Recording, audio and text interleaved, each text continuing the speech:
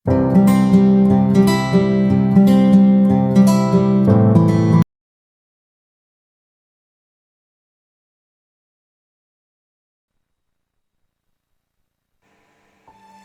sobat-sobat misioner, jumpa kembali dengan episode Santo Santa.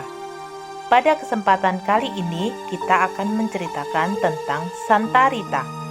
Yuk kita simak kisahnya. Santa Rita diberi nama oleh orang tuanya Margherita Lotti yang lahir bulan Mei tahun 1381 di Rocca Porena, desa kecil di daerah Umbria, Italia. Rita lahir dari orang tua yang bernama Antonio dan Anita, di mana mereka menunggu kelahiran buah hati mereka dengan penantian yang sangat panjang. Dengan sabar permohonan mereka dikabulkan oleh Tuhan. Ketika Rita masih bayi, ada salah seorang tetangga melihat Rita dikelilingi oleh kawanan lebah dan hendak diusir. Tetapi lebah itu tidak menyakiti bayi itu, dan ajaibnya memberikan kesembuhan tangan yang terluka dari tetangga yang hendak mengusir lebah itu. Setelah Rita beranjak dewasa, dia meminta izin orang tuanya untuk masuk menjadi biarawati atau suster. Tetapi orang tuanya tidak setuju karena telah memilihkan pendamping hidup bagi putrinya. Suatu hari datanglah Paulo de Fernando yang melamar Rita. Ayah Rita menyetujui lamaran itu, di mana Paulo ini memiliki sifat yang pemarah, suka mabuk, suka berkelahi, dan banyak musuh. Dengan sangat terpaksa dan dengan taat, Rita menyetujui apa yang diperintahkan orang tuanya. Dengan sedih, ia bertanya dalam hatinya, apakah pengorbanan ini adalah jalan untuk menuju pada salibnya?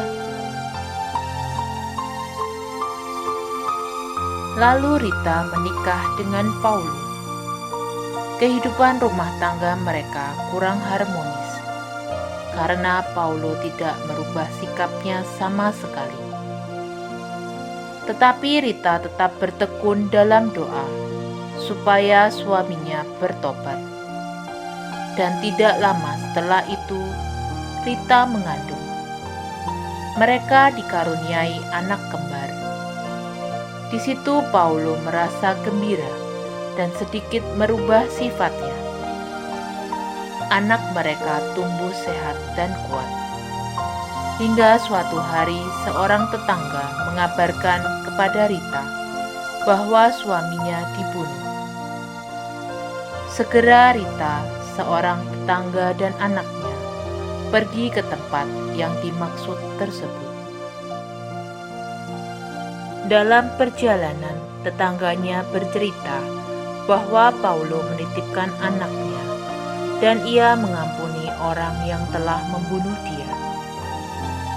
Dan dia meninggal dalam keadaan bertobat dan dalam damai.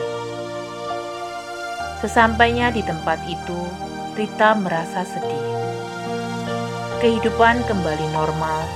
Rita dan putra-putranya menjalani hidup dalam keluarga. Putra-putranya tumbuh besar dan menjadi anak yang keras, memiliki dendam dalam hatinya. Rita selalu menasihati dan berdoa bagi mereka agar dilembutkan hatinya. Tetapi putra-putranya tetap memiliki keinginan untuk membalaskan dendam atas kematian ayah mereka. Lalu Rita memohon kepada Tuhan agar mengambil mereka apabila mereka masih memiliki hati untuk membalas dendam, karena Rita tidak ingin anaknya jatuh dalam dosa. Tak berselang lama, anak yang satu mengalami sakit. Rita merawatnya dengan baik. Setelah beberapa saat, anak yang satunya lagi juga mengalami hal yang sama. Rita merawat mereka dengan baik dan terus berdoa. Dan kedua anaknya meninggal setelah menerimakan sakramen perminyakan. Hiduplah Rita seorang diri, dan keinginan awalnya menjadi seorang biarawati muncul kembali. Dia mendatangi biara Santa Maria Magdalena di Kaskia, desa kecil dekat ia tinggal.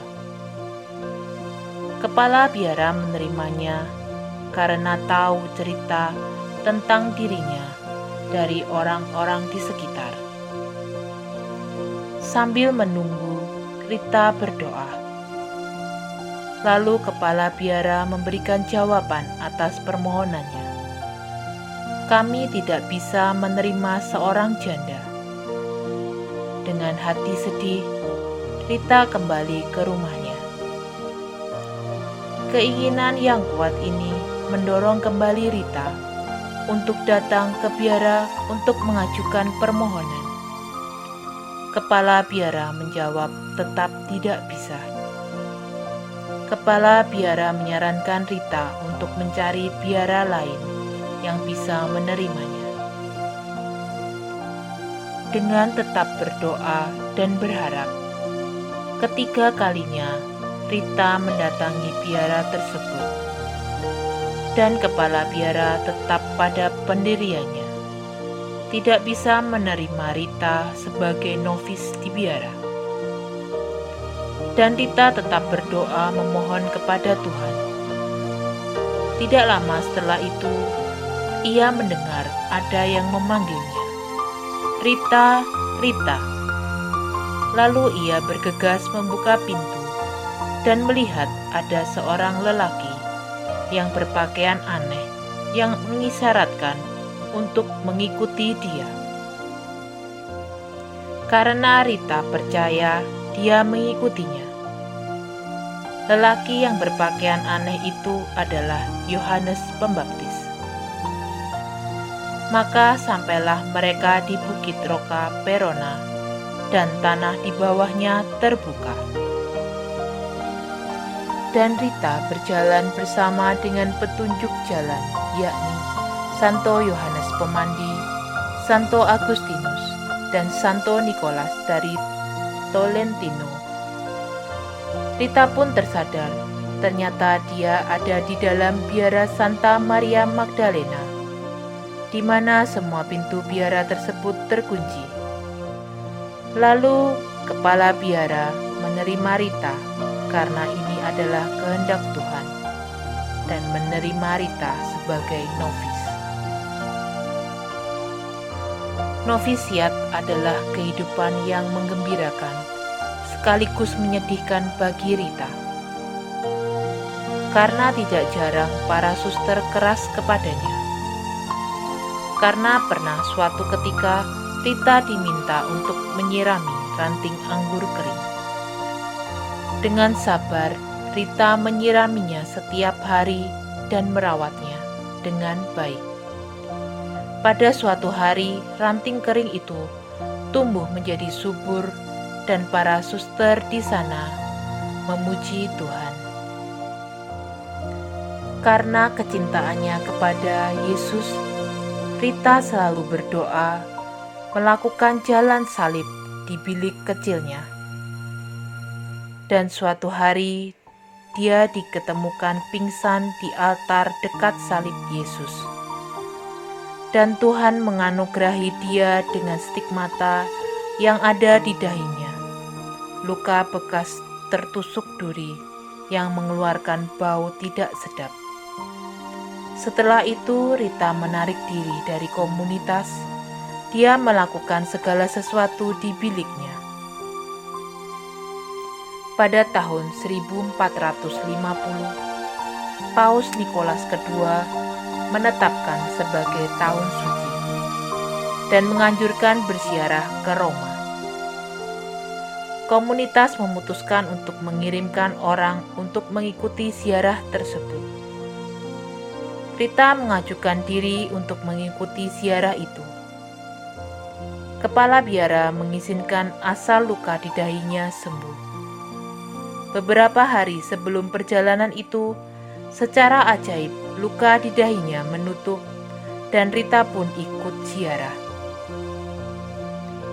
Selama perjalanan merupakan hal yang berat untuk dia karena usianya yang sudah tua.